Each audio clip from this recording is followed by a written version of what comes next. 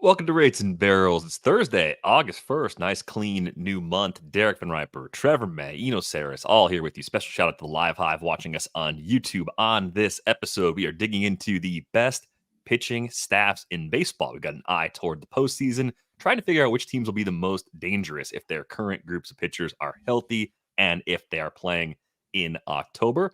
We're going to take a look at the worst pitches of 2024 so far. Good news, 2 months left. You could still be a winner in this category by the end of the season, but there are some current front runners that look like they may have it locked up, at least with a few different pitches. We'll dig into why. Got a couple of great mailbag questions. We'll take some live questions along the way today as well.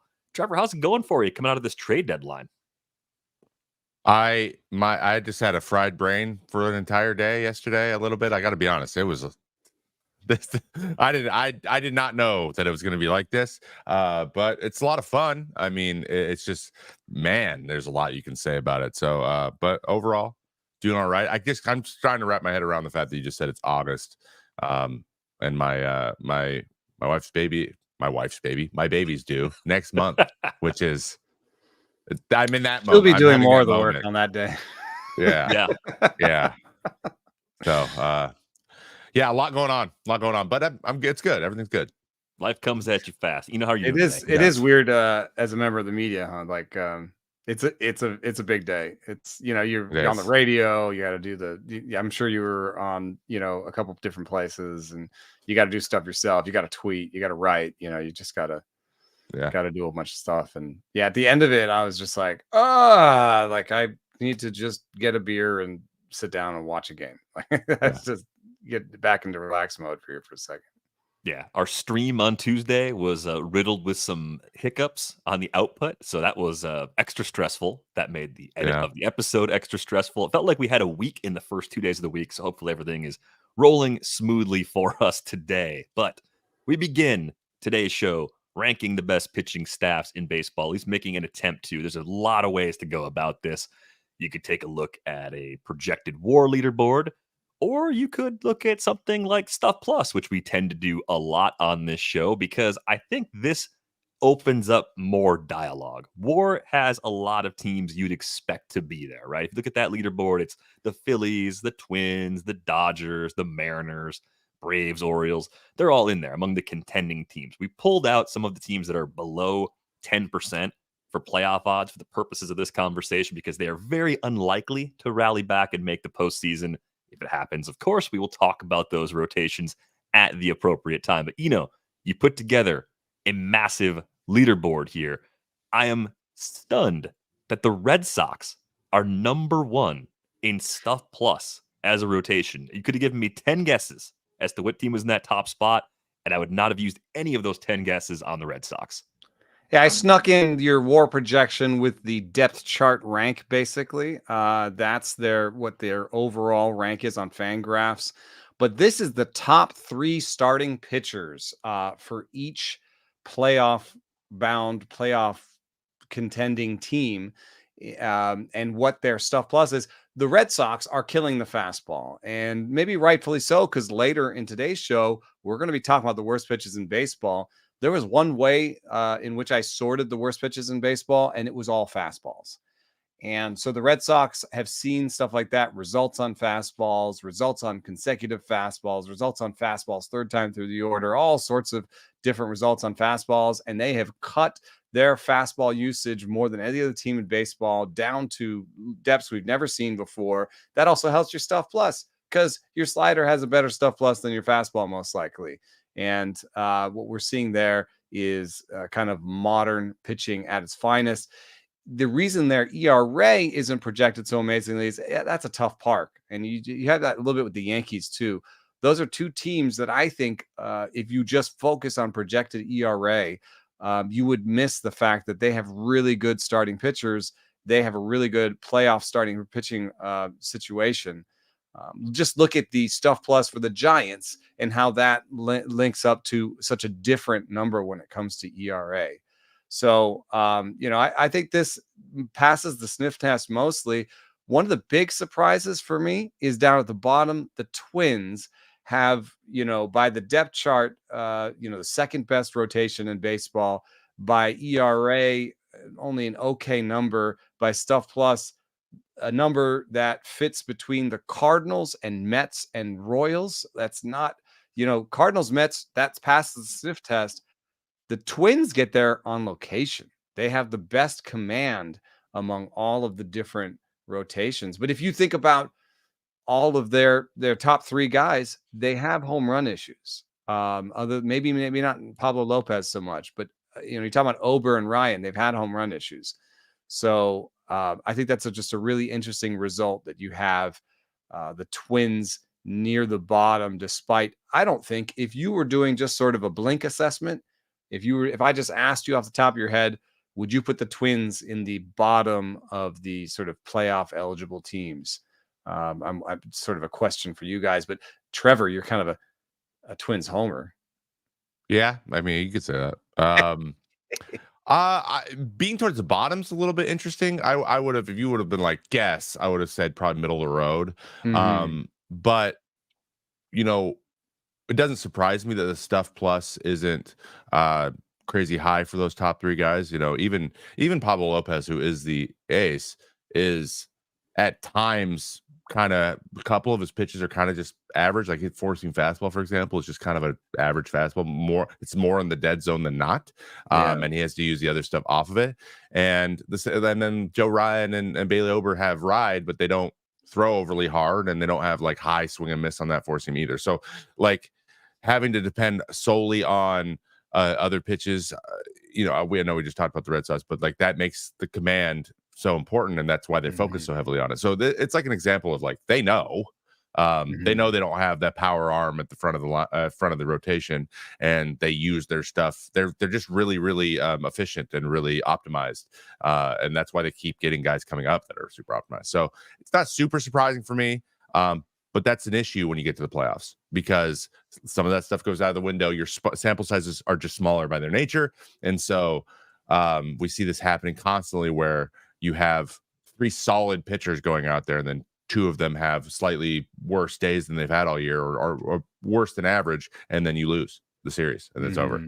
So that's the problem. Is you got to have I think you need a number one guy who can take over a game and then use the momentum and the pressure of a playoff series to enhance their stuff. I think that's always going to be what you're looking for. At least one guy, the game one guy that just that's goes, interesting. The Madison Bumgarner guy. I grew up in Atlanta. Yeah, Madison Bumgarner. I grew up in Atlanta, and we had Glavine, we had Maddox, we had Smoltz. I always liked Smoltz so much, especially in the postseason, because he was the fire-breathing monster. He was the guy that could get that extra tick of miles per hour and become more dominant, whereas, Glavine and Smoltz were kind of relied more on carving people up, relied more on the umpire. What if you got the right umpire? We saw Glavine with Eric Gregg, I think it was. That was a crazy game. Glavine versus Livan Hernandez, with Eric Gregg giving them like a foot outside the zone. But but at the same time, like Smoltz didn't depend on anybody. He was the guy who was just going to throw nasty stuff in the zone and dominate. That's your kind of playoff monster, I think. But I do think it is interesting to see the Red Sox so far near the top, because I don't know. I guess is Pivetta their playoff like who's their ace? Like they almost seem to be. They don't really have one, yeah. A similar team where it's like you have three pretty good guys, I guess, but to see them numbered up there is a little bit surprising. The Giants have been made fun of for saying they had the best rotation in baseball, but they're not far off in terms of ERA projection. They're second to the Dodgers. In terms of stuff, they're third. When you going out there with Webb, Snell, and Ray, that's pretty nasty, actually. So I think they're getting too much hate for putting it that way, but I do think that this does represent a little bit of a problem when it comes to the Cardinals, the Mets, the Brewers are near the bottom, the Guardians are near the bottom, Diamondbacks are near the bottom. I don't know that I would say this immediately makes them underdogs in any postseason series, but that is my tendency to think that way. Yeah, this is a good point. Yeah, Uncle Ted in the Live Hive, Rangers didn't have an ace last year and they won. It just puts pressure on the rest of your team, right? Yeah. Like it just needs, your bullpen needs to be great and your offense needs to be great. With the Rangers, the offense was great and the bullpen was just good enough. God, that that Just bullpen, barely. that bullpen, it was not like the traditional Good fire bullpen. breathing great bullpen No. you look at and say, oh, okay, fine. Starter went 4 and change. Starter went 5. No problem. It was bumpy. And Jordan Montgomery, as Steven points out, jumped in and pitched kind of like an ace Yeah. in October, even by results, even though it wasn't necessarily overpowering electric stuff, right? He had that kind of run for them. He did it, but would anyone have predicted that he was going to do it? No. Yeah, you'd never bet on it again. It's just one of those things like, again, Bailey Ober could just go and be just absolutely lights out in the playoffs. And then we're just like, oh, well, then we just didn't anticipate that happening because that's just not necessarily what he does. All the time he's had moments like he's done that. Right. So it's all about timing too. But you want the guys you can count on that do that more often, the Garrett Coles of the world, the Justin Verlanders, and they had Eovaldi. It's not like they didn't have a guy where you guys will step in the box like it's 96, 97. The guy throws 7 pitches. Like I have to, Right. It's not like everyone was throwing 91 and just dotting the edges, right? They had a guy that could take over a game. He didn't, not necessarily. He threw well. He threw fine, but like he could. He's a guy that could be that guy on any given day, and you at least want a guy who could be that guy on any given day.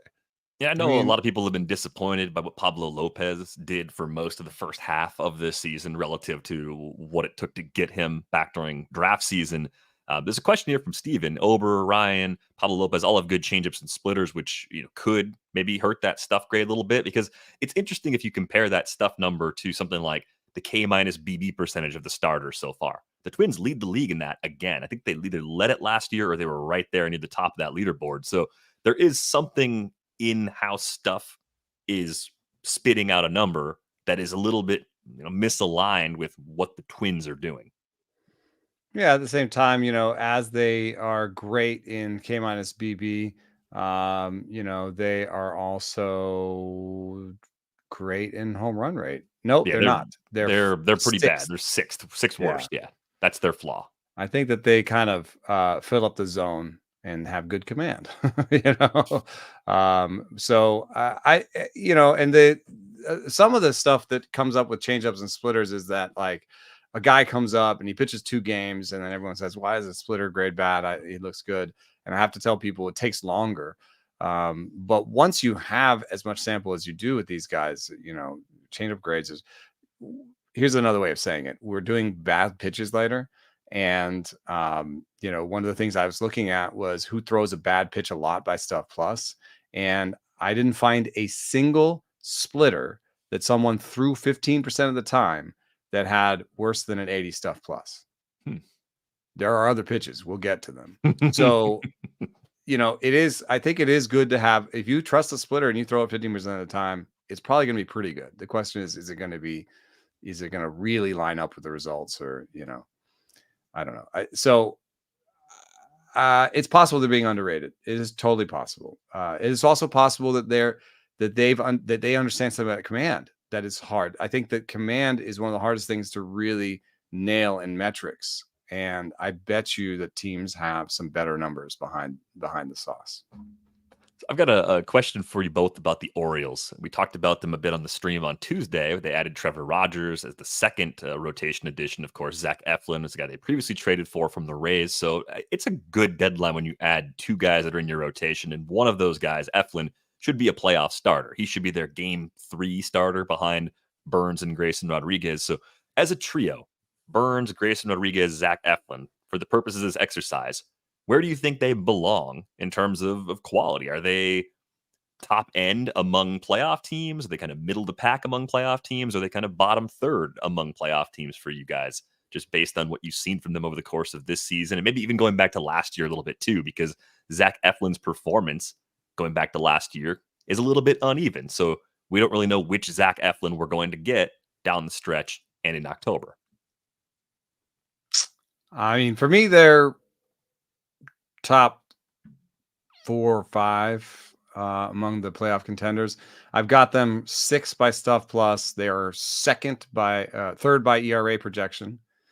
They have good command. If you're asking me, like, just to sort of assess without the numbers, Burns and Rodriguez, I think are really solid. I think you could make a case for like 3rd or 4th, maybe. I mean, I think it'd be really like I have the Pirates in this mix, Mm. because they're technically, still playoff eligible, playoff contenders. If you're coming at me with Snell and Jones and Keller, I know the numbers don't have the number one, but that might be You my mean number one. Skeens, by the way, Yeah, guys. You mean What did I Skeens, say, Jared Keller Jones, twice? and Mitch Keller. No, You said I think Snell. Snell, nice. All right, I was looking at the Giants. Yeah, if I'm doing Skeens, Jones, and Keller, like, is there a team that beats that? I think it's as good as any trio you're going to put out there right now. Yeah. I would take them in a 3-game series. Actually, to be honest, the only one that I think that a matchup would be awesome would be Giants and Pirates. Yeah, that would be pretty. Because I want to see that. I want to see the way that plays out. It feels like a lot of, also with their offenses, feels like 1-0 wins those games. Yeah. So with the Eflin thing, the interesting thing about the Orioles, I'll take Burns against anybody. I think he's just as the aces get. And I think Grayson Rodriguez, though has been up and down and had some clunkers that have inflated his numbers, in my opinion. He's another guy who could just take over a game and has that type of stuff. So I take one of those as 1-2. The thing is, like you mentioned with Eflin's a big command guy, and he's not a take over the game guy. And he's the type of guy that in the playoffs, if he's not feeling really, really, really good, it might not go great. I don't think he has that dominant pitch. You're talking about Burns, got the cutter. Grayson Rodriguez, I think probably the fastball, but he has a bunch of different pitches. I think with Eflin, there was a time when the curve was really going well, and then this year, for some reason, the curve's really fallen off, and I think that's left him without a dominant pitch that he can go back to if something's going iffy, or if it's the playoffs and you need. We see that in the playoffs a lot, right? Yeah. Guys just going, this is my, like, no one can hit this today. I'm just going to throw this. Like, this is the plan, and you got to be able to go there. Someone's got to beat this before I'm changing. Yeah. And then, honestly, like I always, the big comparison I always do for Eflin, because of the way they pitched and the way their demeanor was Kyle Gibson. Like Gibby's a great guy to help you get to the playoffs, but he tends to go to the bullpen for the playoffs just because of the nature of how he pitches. He just doesn't take over games. He eats innings. And in the playoff, it's just a different beast, and it's a different. You got to go to a different place, and that's not like just throwing everything out the window and going to the best 2 pitches you have that day. It's just not the way that they pitch. It's just not. They're not comfortable doing that. They don't feel like they're doing everything they can. And there's just that's a completely valid way to approach things. It's just not. It doesn't fit very well in a playoff kind of mindset, and that's why we kind of see that. The Phillies don't do amazingly by a ranking of Stuff Plus, but they also have great command, and they've got by Fangraphs depth charts, they're number 1. And if we again step away from the numbers, and I'm telling you, you go Wheeler, Nola, Ranger. Sanchez? I mean, Ranger if he's healthy. Ranger. Who do you like better out of Ranger? Same pitcher, in my opinion. I take Ranger for experience, honestly, at this point. But I get, and this might be controversial, but I get a little bit more of the Eflin-ish vibes off of sticking Ranger in there. But Wheeler and Nola, I think you could put up against anybody. The weird thing for Nola for me is just the year-to-year changes are so wide. That's a good point. I think there's some home road splits here, which we'll talk about. But Nola's year-to-year splits are so wide. If he's just good in the years he's good, then this is a good year. Then good Nola. Then I think he deserves to be in the conversation with the Pirates. The Pirates and the Giants. I think the Yankees have a similar thing with Cole, where it's just like, if it was last year, Cole, Cole, Rodon, Heel, which is the trio I put together, could be number 1. Yeah. At times it feels like it's so far away for the Yankees, but it's not. I mean, Garrett Cole just rounding into form after missing time in the first half, that's not a difficult story to tell yourself. And even if Rodon is halfway in between the guy he was with the Giants and the better versions of himself that he's been with the Yankees, that's still a really good pitcher to have in a playoff rotation. Trevor, what do you think of whole body soreness? He was sick, man. He's sick. He was just sick. Didn't Joe Kelly go on that for an IL for that for like a month? Oh, I Total thought body fatigue? Yeah, I Just remember general total body fatigue. Yeah. Yeah, But it's like I you're saw a sick and you're follow-up just on not getting Cole. over it. But There was yeah, a that's what it comes follow-up. up with. Yeah. There Yeah, was he a just feels follow-up. weak and like no energy and lethargic. He got a Yeah, flu or probably. something. Yeah. He probably had COVID. He probably Yeah. did, and Yeah. it's just not, and it's just the flu. Like it just looks like the Yeah. flu completely now. So, but that's why it lingers. But again, it's one of those years for him where you just keep taking it in the chin. Like you come back. He I actually just had the seemed same to be thing getting right again. yeah, in 22, I came back from my arm and then got COVID like 2 weeks coming back, and then I had to take 10 days off again. It was just like one of those things. Like I felt good. I think it was getting going, and he was too. So, but fortunately, there's still too much left. So, but I get those just vibes from Snell poor timing. sometimes, where it just sort of sometimes the injuries just sort of like He's like, "What the heck, man? steamroll." Yeah, it's like What my now? groin now? Like what? Yeah, He seems like he's back to being himself now. We I would talked say even so. before the struggles happened, we thought, hey, maybe this is going to be a little bit of an adjustment phase, just having a new catcher and just looking back to what he did even in San Diego. His first year in San Diego was his worst year. Once he got settled in, then we saw Cy Young Blake Snell again. So if that adjustment has already taken place, he could be that guy down the stretch. I mean, the Giants are so fringy for this conversation. 11.2% chance of making the playoffs, according to Fangraphs, but just enough to hang around. Yeah, it seems a little bit, disingenuous to be throwing the Giants and Pirates in the mix when you're just like, I don't even know if they'll make it, So among the among World Series contenders, I feel like because their offenses, it's not about their pitching staffs, it's more about their offense. But if you're thinking about World Series, contenders, I put the Phillies, the Yankees, the Orioles are in the mix. I think the Dodgers have too many question marks in terms of health and who's there and what they're going to look like.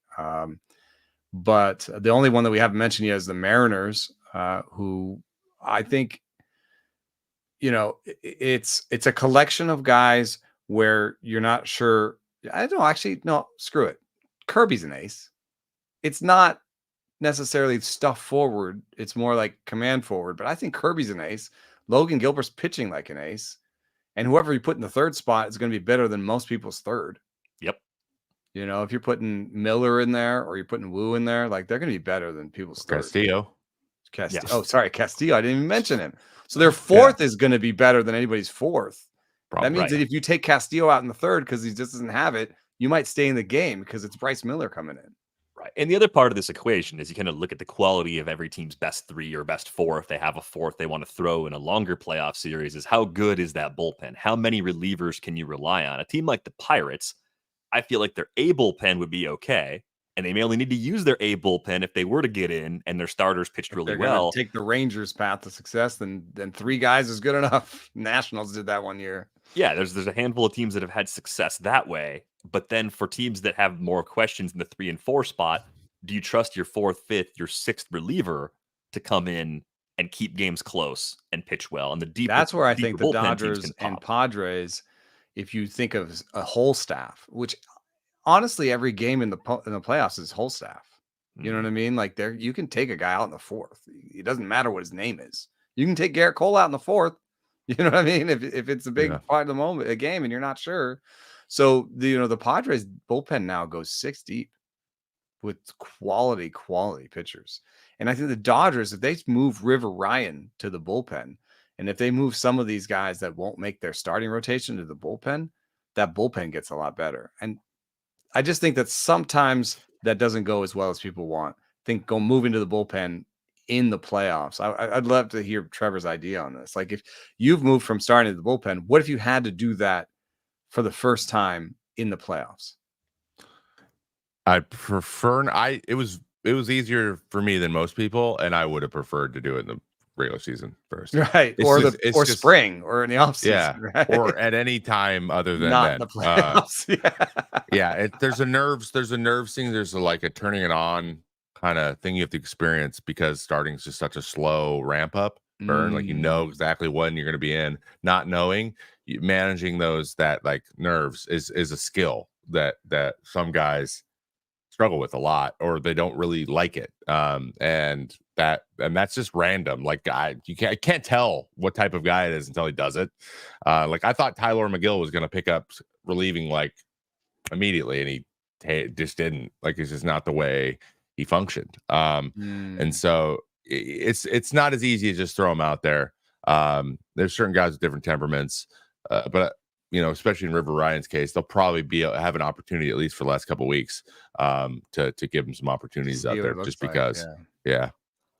I was thinking about this Trevor Rogers. I thought that Trevor Rogers could at least be maybe a slightly better Trevor Richards if it came to it, like really good changeup, get the fastball up. But there's an amount of training you have to do also to be max for 12 pitches and then do it again the next day, right? Like I bet you if we looked at it, people who switch to relieving gain more velo in the off season, like the next off season. Like they go to the bullpen, they don't actually they maybe get a tick or something because they just throw near to their max, but you really get more like gas if you have a whole off season to prepare for being a reliever, right? Did you see a velo increase right away? Maybe not right away, but it was quick. It was quick just because I just leaned into I already had that ability. Like as a starter, I would have an inning where I would like get really throw harder, like keyed in, and I think we saw we were during Sunday Night Baseball there, and Rodon did it towards the end. He was just like the velo was climbing in the 6th inning because he knew it was getting close to the end, and he just like I could see it on his face. He's like, just keep blowing heaters by guys. Freddie Peralta in the 5th inning the other day. It was all 96. Yeah, so those type of guys, if they moved to the pen, they would have 100 and like Rowan could throw 101 out there. I think I do believe that. Well, he kind of did when he relieved at the beginning. He threw really hard. So but some guys are built that way, and some guys aren't. Like I hate to use Kyle Gibson again, but he doesn't add any velo in the pen. Yeah, you're not going to put him in the pen and be like, oh, he's 95. Because he's not going to try. That's not what he's going to do. Like that's not what he's going to try to do. So I just went out and basically I got the green. Someone Kevin Jepson. There's a deep cut for you. Him, He was my kind of mentor at that time because Clem Perkins was hurt and he was the closer. So I went out and I kind of became the 8th inning guy because I added velo. But basically just said, dude, you can just see what you got. Like just you're a fastball guy. Yeah, you're a guy who throws fastballs and you try to get fastball swings and misses. So I'll see what you can do. And then as soon as I saw like a 97 up there because I hadn't seen one as a starter, I was like, let's see what else we got. And then it just went from there. And that's really what happened. I started to believe that was how it was. And then I went for it. But I had the luxury to do that because my team was 20 games under 500 every year. And you also hadn't been a starter in the big leagues for many years, like Trevor Rogers. Yeah, it wasn't. It's like I didn't have 100 starts. Yeah. Got a couple questions here coming in from the Live Hive. Jamie wants to know, do we have faith in the Guardians starting rotation? I love Alex Cobb to death as a person, but no. What about the other guys? What about Bybee? What about Gavin Williams? Gavin Williams, I was looking at him recently. It's very strange. So he comes into the big leagues and he has a certain fastball shape and he has a certain release point and he has a certain velo. And ever since that first 2 or 3 starts, it's been changing. He's just been losing shape on the fastball, losing velo. It just hasn't been as good. There's been some injury concerns. I don't think Gavin Williams is the same guy that we saw when he busted out of the gates. So, no, I don't trust Gavin Williams. Tanner Bybee is going to be on the wrong side of a list that's coming up. Yeah, he is, but he does a lot of things well. He has a really, really good slider. I'm not saying Tanner Bybee is bad. I'm just saying he's on the wrong side of a list that's coming up. And then Alex Cobb would be your 4th or 5th guy, or maybe your 3rd guy in a pinch, in the playoffs. He's suddenly like their 2, and he hasn't pitched in the big leagues yet this year. So no, I don't have faith in that rotation. Just erasing Ben Lively right there in real time. Oh, he's gonna feature heavily on our bad list coming up. How about the Royals, though? They made the additions to the bullpen. They kind of quietly got Chris Bubich back. He's been working in relief, too. So you take the good relievers they had, the relievers they traded for, a guy like Bubich. You look at the rotation, Reagans and Lugo, at least, as a 1-2, look like a solid 1-2. I think the questions for them start to pop up in like a game 3 and game 4. Like, do they have enough to work through the longer series? That's where I think they would be the most vulnerable in the postseason. Yeah, and then Lugo is a wide arsenal, a little bit more of a Gibby type. I like him, and I was big on Lugo and kind of expected a little bit of a year like this. But when you get to the playoffs, the lack of velo changes things. Although I do wonder, I mean, he does have a ton of pitches. He's a Chris Bassett type too. So like, maybe he can just get in there and be fine in the postseason too. Because in the postseason, the hitters probably are trying to key in on that fastball, get hyped, and hit homers off the fastball, and he's going to say, "Oh no, that was the cutter or the slurve or the." He says he has 9 pitches actually. So of course he does. Only You can 9. be like, well, you got 8 pitches. Like, actually, it's 10. He'll just add to it. So that it's just very Seth. That's very Seth. He's like, actually, more. I like Seth in the playoff series, especially with the number of breaking balls, because I think you're right. I think he could dip. Like, I think that they won't be able to get a if he's dialed in and commanding it really well. Just getting a bead on that and squaring anything up is also anticipating the right pitch, I guess. Yeah. You can't guess with him. You can't guess with him, and if he gets you off balance, it could be a really quick, like, oh wow, 7th inning, we're getting shut out situation. And also, I've not heard a lot about Brady Singer, but the guy's having a really good year. The results, really good year. The results are there. Obviously, metrically, he's never been projectable in a big way, but they improved their bullpen maybe as much more than anybody at the bullpen at the deadline. Absolutely. So the addition of the bullpen, it's almost as if they know, like, we're going with the 2015 Royals 5 innings, try to get to the pen type situation. Especially with our third guy. I mean, as much as I like Singer, if you can take him out in the 4th and you've got enough relief arms to get to the end of the game, then I think that makes him even better. Yeah, first sign of danger, guy. First sign of danger. Red light goes on. We got to get somebody up. Yeah. Sub-3 ERA so far this year, 15.3% K-minus BB for Brady Singer. And big addition was the four-seamer, the four-seamer, just to give him another look on the hard stuff, and the sweeper. So he was kind of a sinker slider guy with a traditional slider, and he added the four-seam for lefties and the sweeper for righties. So he's more of a 4-pitch guy. Yeah. So all right, so we kind of have a few tiered groups, and I think the Dodgers not having their clear cut, like, these are our 3 guys right now, especially with Kershaw last time out, didn't look good last night. We had a really hard time deciding when we were talking about this in the production meeting. Like, we had a really hard time even deciding who the top 3 was. Yeah, they need these final 2 months to sort it out from a health perspective and just see, like, where things at. I mean, I think there's a world where River Ryan has to start game 3 for them if injuries continue to be a problem, and if he's pitching well, he could be their 3rd best option. Like, that's.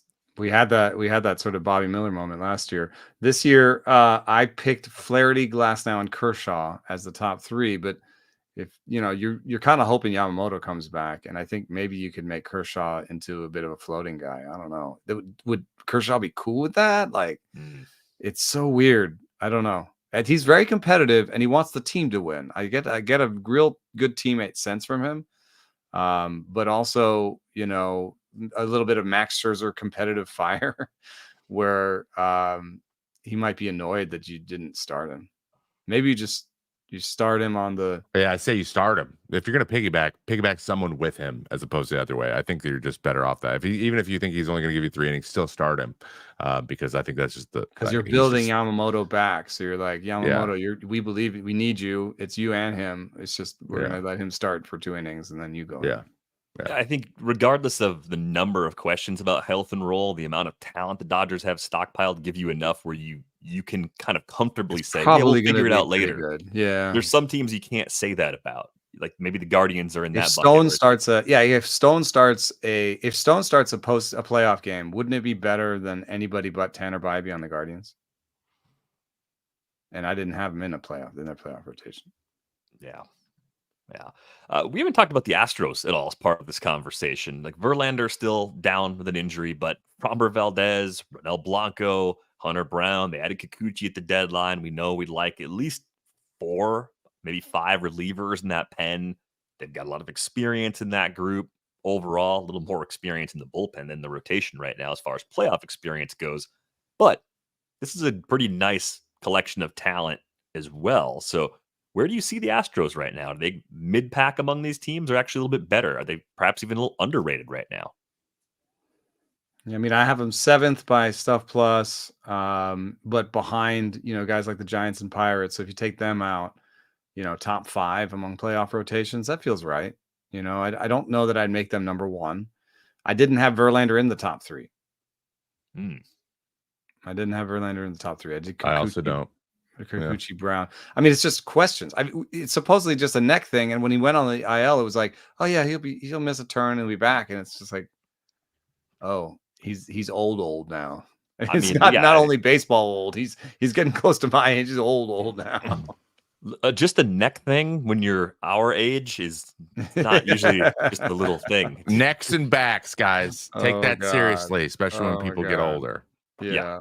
It seems like it could linger a bit longer, but but if Verlander comes back and is somewhat vintage, then Brown is your floating guy or your fourth guy. Like that's pretty exciting. I think. Blanco.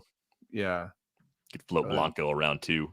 I wonder if Blanco. You bring a changeup guy in off of a guy who's like big breaking ball fastball guy, and you bring this guy with a changeup, who's just going to soft toss you.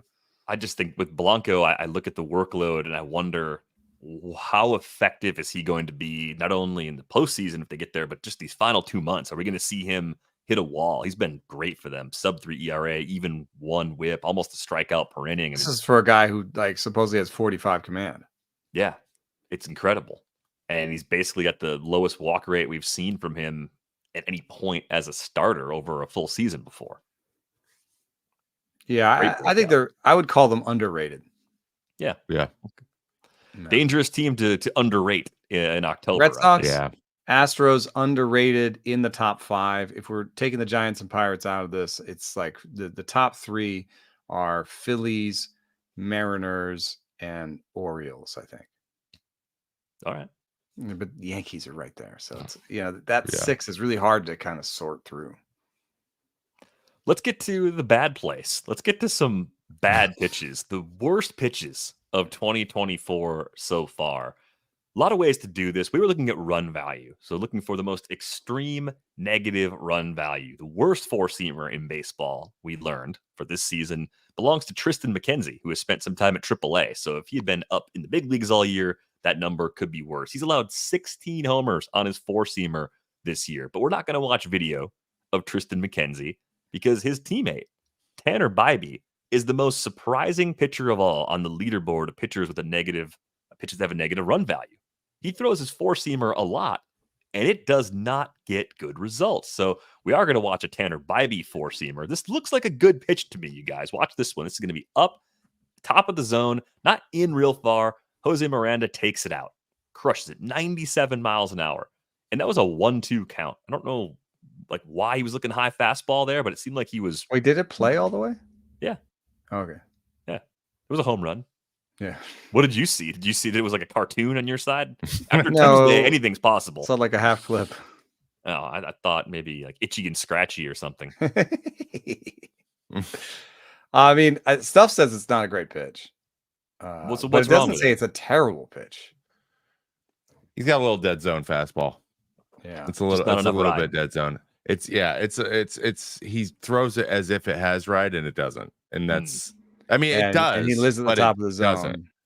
So and his command's good too, but he's got a little cut and it doesn't ride a ton. It's like a little, not a real cut. It's more of a true straight 4-seam. So you either need a little bit run or you need a lot of ride. If you're going to be throwing that type of, it's like a 14.4 here in terms of inches of drop, which is just getting into the dead zone area.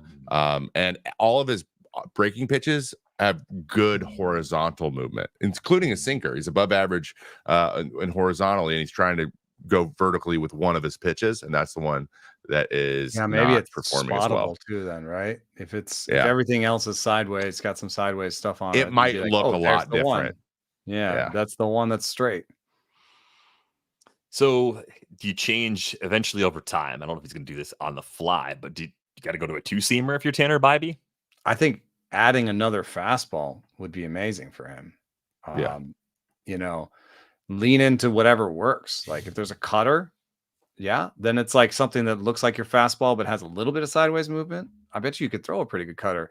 The question then is, if he throws a pretty good cutter, what happens to his slider? What happens to his 4-seam shape? Yeah. Because sometimes, like Garrett Cole was always worried that if he threw the cutter too much, that it would affect his 4-seam. So, the 2-seam, I think, may affect your 4-seam less because it's more of a grip thing and not being on the side of the ball. You're just sort of letting the grip do it. you get on that edgertronic and you try to find some seam shift wake on your two seam, and you get something that is hard, and they think they read hard, but then it goes somewhere different. So the other question I have with Bibee, then you look at how effective the slider is. Opponents are hitting like 136 against it, slugging 233. The Statcast whip percentage is like 34.8%, right? So it's a really important pitch. Does that make you more inclined to try the two-seamer first, given the impact that adding the cutter could have on that pitch, Trevor? Is that the better way to go into it?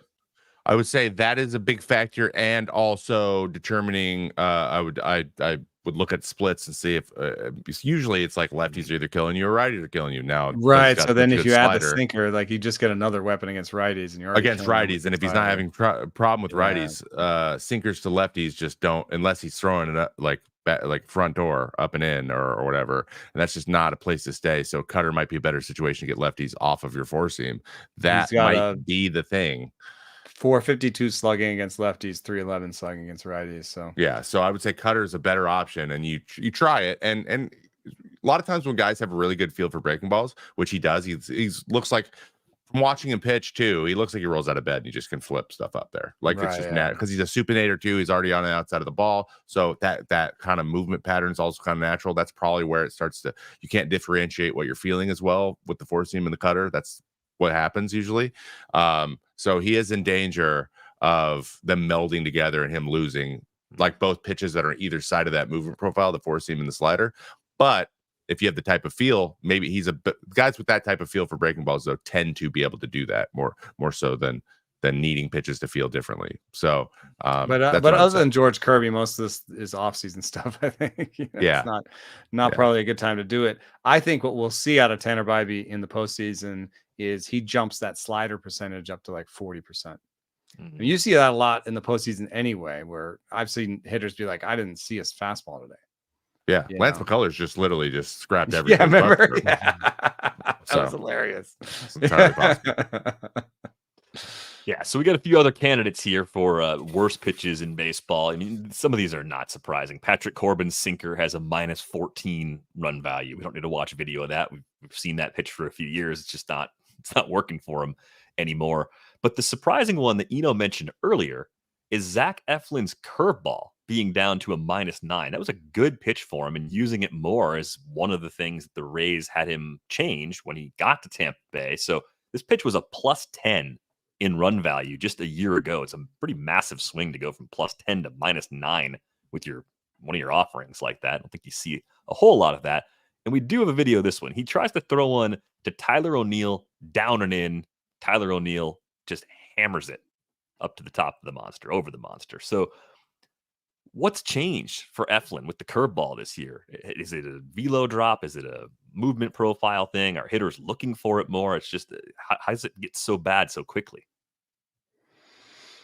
I mean, there's a lot of stuff going on. He's definitely dropped in velo about a tick this year. And there's not too much of a change in vertical movement, but it has lost some horizontal movement over time.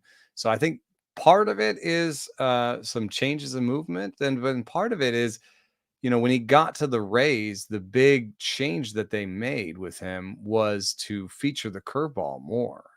He jumped from Philly, 2021 in Philly, 11%, 2022, 20%, 2023, Tampa, 26%. And I think when you're at 10%, that's like sneaking cheese by a rat a little bit. Like nobody's really prepping for the pitch you throw 10% of the time. They're not really thinking about it too much. When you get to 20%, now that's in the scouting report. Everyone's like, when's he do the curveball? What counts? When am I thinking about it? When you get to 26%, somebody might even sit on it, because that's a quarter of the time he throws this thing. I might anticipate this one. I might, in this count, be like, I'm sitting curveball. And I think if you sit curveball, it's a pitch that major leaguers can hit. If you're not sitting curveball, it can freeze. You can get freeze takes on it. You get a lot of fewer swings on curveballs. I think curveballs are easier to spot, and so you see lower swing rates generally. But what you see with Eflin is some change in the swing rates too over time. So, when you look at swing percentage, by year on the pitch, which I'm trying to get up here. Yeah, this year, 59% swinging percentage on the curve. He's never had it so high, and the league average is 40. So whatever's happening mechanically on the pitch is one thing. I think people are just keying in on it now. I think so too. I think he's having a classic it's popping situation going, and he doesn't elevate on purpose very often. Cutter a little bit up and into lefties, but four seam's not really. It's not something. His four seam up is not something guys are worried about. They're just like fouling it off or just taking it. And so he works down in the zone and he throws a pitch that's big and starts high and then comes down. And so it looks differently than others. The more he shows it, the more different it looks than everything else. I think it's the same situation as Bybee. And by the way, Bybee had a +10 run value on his four seam last year, and now he's a -12. So that's a big swing too. So it's like, I think there is it's you're approaching tipping at that point. And it was something I had to worry about with my slider. It kept getting bigger and slower, and so it got farther away from my fastball. And the more I did that, the more guys were like adjusting mid swing and fouling it off and not missing it, and the whiff rate kept going down. So because his command's the same. Command's really good on his curveball. Bottom of zone the whole time. He's like got really good command. He always has. It's just interesting because it might be popping, and there might be a shift. Like, hey, when Eflin's come up here, he's throwing up every 5 pitches is a curveball, no matter what, lefty righty, and look for something popping out a little bit. And then if that's the type of pitch you want, then crush it. And and it just takes like it getting crushed 4 or 5 more times to flip this, like giving up 2 or 3 more homers than he did last year. It completely changed profile of how the pitch is performing. Yeah, that's true. And then Philly, he did throw the four seam 15% of the time, even when he was increasing the curveball usage. So either the four seam or the cutter up, I think, could sort of do that eye level thing that people talk about, just sort of, so they see something up, they're like, oh, that's curveball. Even though I'm seeing it up, he has to like hide some hard stuff in there so that they don't, that could be the curveball or the cutter, Rodon did it on Sunday. Opposite though, he's throwing fastballs up, and the Red Sox were jumping him, and then he just started throwing his curveball a bunch, and they just got off of it, and then he started swinging. They swung and missed like 30. He got like 30 swings and misses or something. So it was like, but that's a prime example of noticing that the problem is Eflin's not like a curveball. Now I got my four seam. Like he won't go there. That's just not. Four seam isn't like good enough to maybe like he's going to go back to 30 times or slider or sweeper, which is like they're but what he doesn't throw very often is high and tight cutters to righties. Yeah, never. It's always that would look like a curveball. The Phil Hughes. Yeah. The Phil Hughes front door. No one does that anymore. Like people throw. Yeah, nobody really does it. But in this case, I think it'd be interesting because it would look it would kind of look a little bit. Oh, this is kind of bendy. It's kind of high. This is the curve, isn't it? Oh crap. Yeah. And that's off your handle. Or try to get a lot of freezes on that too. Yeah, but it's also really dangerous. You pull it a little bit now. It's a cutter right down the middle to a righty, and that's perfect. That's the thing. It's high risk, high reward. But if you have the command for it, which I think he does, like that might be an option. He could try to get guys off of that curveball a little bit. Maybe try it a couple times with like a 3-run lead, with nobody on. Mess with it a little bit, see if it works out. Yeah, it's just August. You got a little time. All right, so, you pulled this up by Stuff Plus to look for the worst pitches in baseball. Well, I did it a couple different ways, and this is so. The first time I did it, I just took 300 pitches because I wanted to be like, you throw this pitch a lot, and then worst Stuff Plus, and of course it's all fastballs. So like Matt Waldron's fastballs on there, of course, Zack Littell's, it's all fastballs. Cole Irvin's fastball, Carlos Carrasco's, even Trevor Williams' fastball. It's all fastballs. So what I instead did was go through each pitch type and get the 5 worst, basically, and put them up here. And like I said, there's no splitters on here, and there's very few sliders. So what you see at the very top is Chris Flexen's fastball. Interesting enough, it has 18 IVB, which is slightly above average. And you'd think that's good, except he has a very high release point. And so he actually has less vertical movement than the release point suggests he should have. Or it's just, in other words, it's pretty vanilla. People see the release point, they think this is what it's going to do, and it does it. He has a 506 slugging against, Yeah, and he has poor, vertical approach angle. It's a bad pitch. I don't know. -2 is a little aggressive. I haven't How does that seen. even happen? I'm Yeah, interested in how do you get a -2? negative in stuff plus? it's so bad. I mean, it's all about deviations from the mean. So this is like 4 standard deviations from the mean. It's a real true outlier. But it's not come around to the point where you're like, oh, is it so bad it's good? No, it's just really bad. With Taiwan Walker with the slider, it's a little surprising. The slider's 86 miles an hour. I think it's a cutter though. Yeah. So 86 is a little bit slow for a cutter. 5 miles an hour off of the four seam. He has a 590 slugging, so I can't say this is wrong. And I also think that if you know Taiwan Walker, you don't think he has a really good breaking ball. So that's not too surprising. Chris Flexen comes back on the list with another hard pitch, 455 slugging on that. I don't know. It's hard to like have a rule of thumb about why these are bad. They're all bad in different ways. Hayden Wozniacki has a 12 IVB on that four seam, which is really, really low. The only person on this list who has less than a 450 slugging on this pitch is Taylor Scott's changeup, which has a 209 slugging.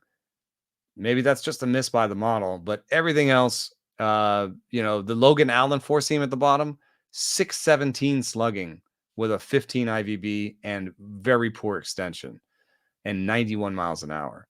So a lot of these pitches are thrown softly with poor vertical movement. That could be your rule if you wanted a rule of thumb. So the question then is, Ben Lively has 2 fastballs on the list. Those are his 2 most thrown pitches combined. He throws them like 60% of the time. 450 slugging combined. It's so far working. He's got the home run problem, but he doesn't walk a lot of guys, getting good results. Is this just something that's going to continue to fade over time by results, or it's is really there something strange? funky The about Guardians have the worst fastballs in the big leagues, and they throw them the second most. Yeah, I almost wonder if they'll see how aggressively the Red Sox changed up their fastball usage and say, maybe we should implement something like this. I mean, they've had some guys like that in the past that were soft tossers that threw the sliders a lot. I don't know why. Lively does have maybe some deception that we're not picking up. He was a person that came up in the invisible discussion. Yuzumero Petit has Ben Lively. This is an interesting mechanical thing I want to ask you, Trevor. So the concept known as layback. Mhm. So when you're coming through and Back here. this thing, Yeah. yeah, right. So Petit and Lively come through really far back, have a lot of layback, and so you Mhm. lose the ball as a hitter, and then it pops Mhm. up last minute. Mhm. I was talking about that, and some pitchers and other analysts said, well, everybody has layback. So to some extent, I mean, yeah, but to an extent, yeah. some people have more layback than others, and that could be a source of deception, right? Yeah, I don't feel like I had a ton. Yeah, I think that if even like getting back to the flat, like I couldn't do that, and there was other guys who could. And I could Petit, definitely you don't see see the ball, you see elbow, and then yeah, like you lead when you lead with your elbow. I've heard guys say things like, "It looks like the ball's coming out of their shoulder." yeah, Or like it's like a very like there's no swing or anything to track. It's like everything's it's like ball here and then being tap. casted at you, and it Yeah. just feels that way. And yeah, that is like that combined with ride is the invisible.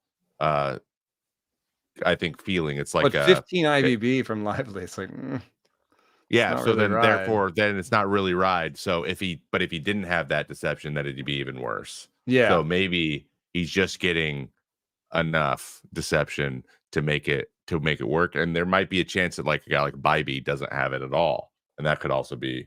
It's very like you said with Flexen, it's what it does what it looks like it's going to do, and maybe with Lively it doesn't quite look like it's going to do what it's supposed to do. And I think at 90 miles an hour with this sort of deception, I think you do run the risk a little bit of running into somebody in the playoffs that has seen you.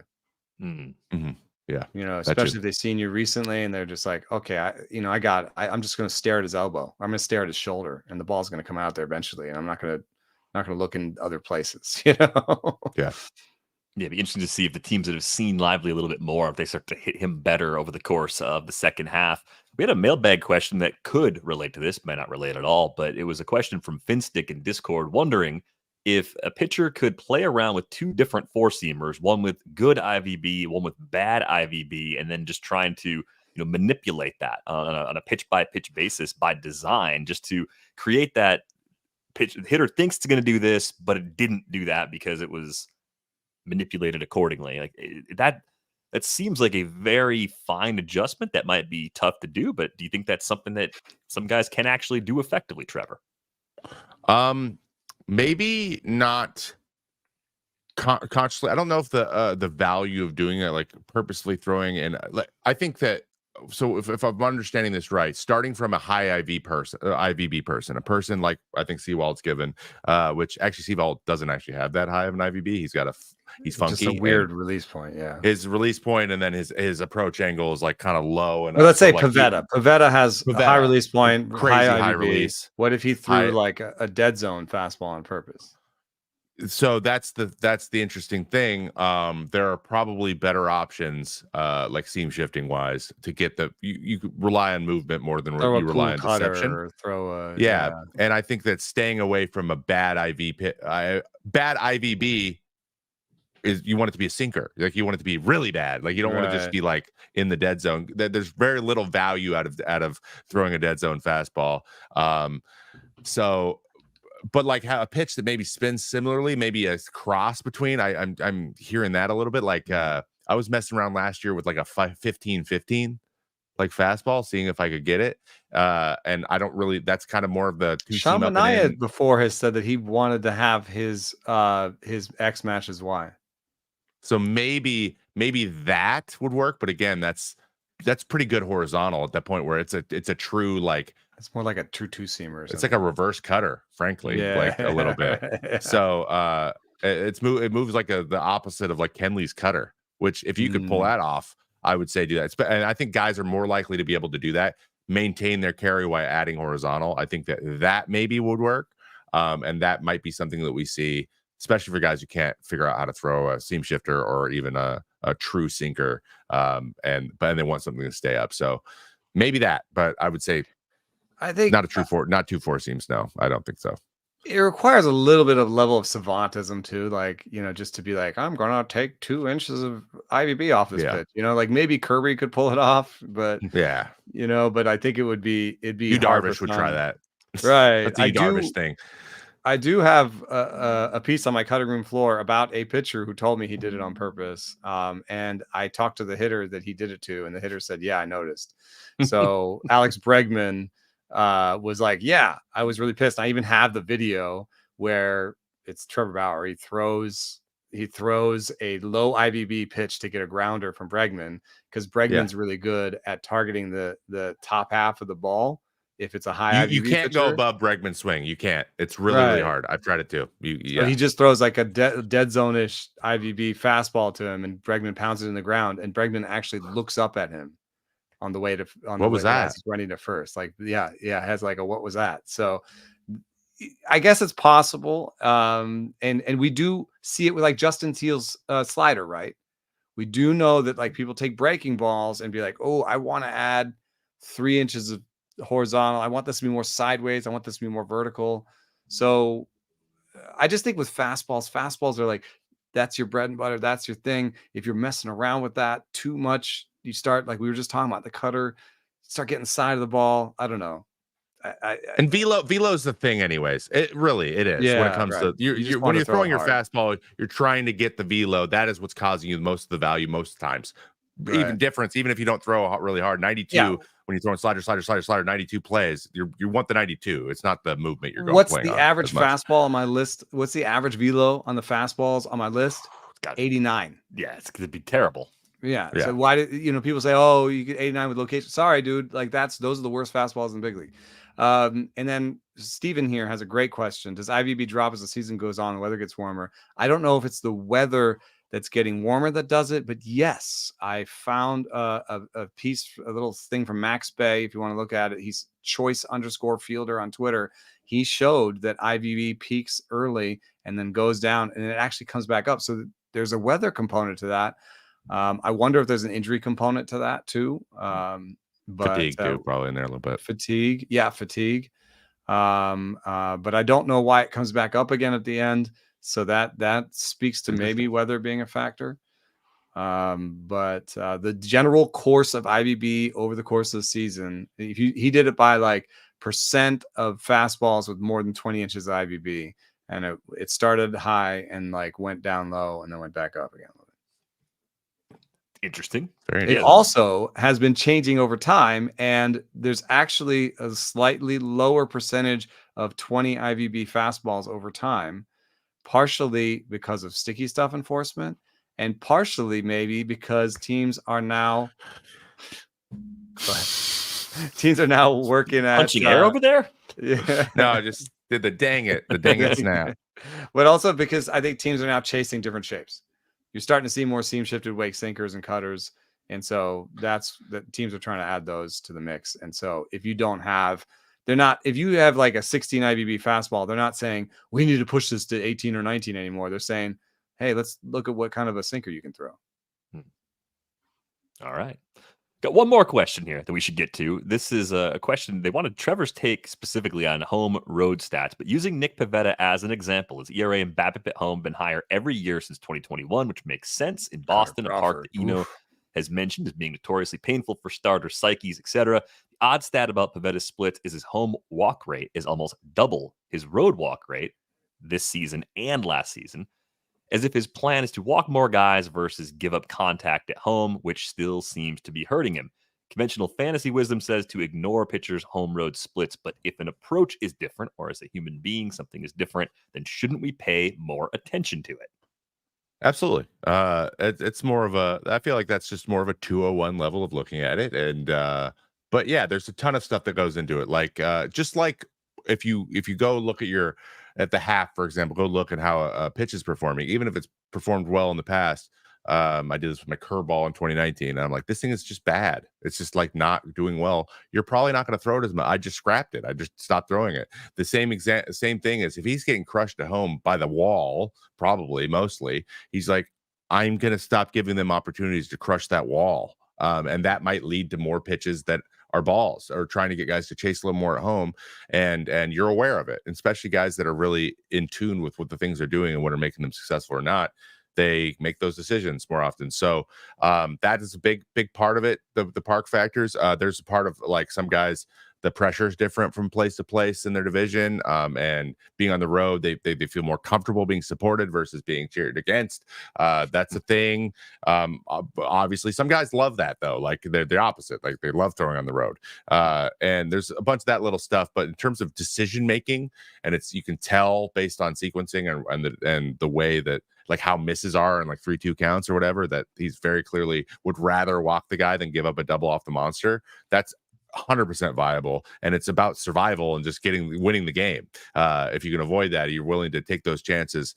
A guy who actually has said this explicitly to me, that he is more open to walking certain guys in certain situations, or like there's out days where he is like, he knows his stuff isn't moving. Like Ottavino knows when things aren't moving the way that he wants them to move, and he was more likely to be okay with a walk or two that day as opposed to giving up the big damage. It's about especially avoiding maybe the damage against lefties, right? Yeah, exactly. So like some guys have been around long enough that they can make those decisions in real time, and it may look like they're pitching differently than they ever have, but they know something that you don't know. And that is something you can pay attention with guys like Pivetta, who have been around a lot, I would say. Now, if it's a guy's a rookie, like he just so that's where I want to jump in, is just like, what you're doing when you do home road splits is cutting your pitcher in half, right? So you're cutting your sample in half, and a lot of times you'll have basically a reliever's a sample then. And so if you look at Cutter Crawford at home last year, he had a 6 ERA, and you can say, well, the BABIP wasn't that bad, 3.17. He just walked a lot of guys and didn't strike out as many guys as he struck out on the road. So he's just not as good as home. Well, this year his ERA at home is a 4. And he's just cut his walk rate a little bit, and the BABIP is a little bit different. And, he went from a 1.4 whip at home to 1.1 whip it home. So you could have thought, oh, Cutter Crawford is doing the Nick Pivetta thing where he's just trying to walk guys and, he's afraid of the big monster and, blah, blah, blah. But like green monster, I know, but it's a big monster. It's a big monster if you're the pitcher there, Yeah. So I would just caution looking too heavily, especially with the young player. I think maybe the older they get, the more sample, but then you kind of start to know who the guy is generally. And I don't know. I don't know what the good sample is. I would say I would want to be looking at like 200, 250 innings at home before I was like, going to say he was different at home. And guys change teams so much. You don't always have the luxury of even getting that sample. Yeah, exactly. In order to make your decisions, you're just kind of wondering with something less. Is this a thing? We've talked before too, the park factors, having some that boost strikeouts, some that depress strikeouts, Coors being the obvious one that depresses them the most, but there are other parks that deflate strikeouts for a variety of different reasons. So I think on a skills-based level, you do need to account for some of that just within the differences. So you shouldn't ignore home road splits. You should try and use them carefully in the appropriate context. Bryce Miller, 281 at home, 527 away. That's a little, I don't know. Home, what number is that? Batting average? No, ERA. Oh, ERA. Oh. Yeah, 281 at home, 527 away. And what he does is he strikes out 26% of the batters he sees at home. He strikes out 18.5 on the road. Wow. Right. And as we know, but that fits in with the park factors, right? Second in strikeout park factor. Wow. So you get that 10% boost compared to a neutral park, and that helps a lot. That's in 141 home innings, so it's kind of close to my sample. It's a pretty good sample. I kind of almost believe in that a little bit. I don't know. I don't know. And knowing that too gives you confidence too. You get confidence and it helps a little bit. Like you're willing to throw pitches knowing that you feel more confident that it's going to give you the thing you want. And maybe you don't throw it in the road because you're not certain. But I don't know that I believe that he's a 5 ERA true talent guy on the road. I don't believe that either. That's inflated in my opinion. So it is interesting. It might be, I would look like sequencing. Is there a big difference? Home run rate too, 160. See, and then that's interesting. So if you're looking at different process bits, then you have to think about each of these little things that's different on the home and the road has its own requirements for sample. So the fact that he has a 160 home run rate, 1.6 home runs per 9 away from home in 130 innings, that's not enough innings to believe that number. Yeah. Because home run rate is really noisy. You could go 5 more starts and give up, 1 homer in those 5 starts away from home. And, he's also in different parks in each of those places, right? So that's 140 innings of him being in different parks. So what if so many of those were in Colorado? They're not, but the parks themselves are adding noise to it. So I'd just be careful. Strikeout minus walk is a really powerful thing. So if you see differences in strikeout minus walk, like Bryce Miller, that becomes something that kind of catches my eye in a way that I didn't expect before I looked it up just now. Yeah, that just seems a little more extreme than what you'd expect. You'd bake something in, but it wouldn't be as much as what you're seeing on Bryce Miller's player page right now. So great question. Thanks for the questions today. Finstick, you got a question for a future episode, hit us up in Discord. It's the best place to send those in. The link to join the Discord in the show description if you're not there already. You can find us all on Twitter. Trevor is at I am Trevor May. Eno's at Enosaurus. I'm at Derek and Riper. The pod is at Rates and Barrels. If you enjoyed the show, smash that like button for us. It's going to do it for this episode of Rates and Barrels. We're back with you on Friday. Thanks for listening.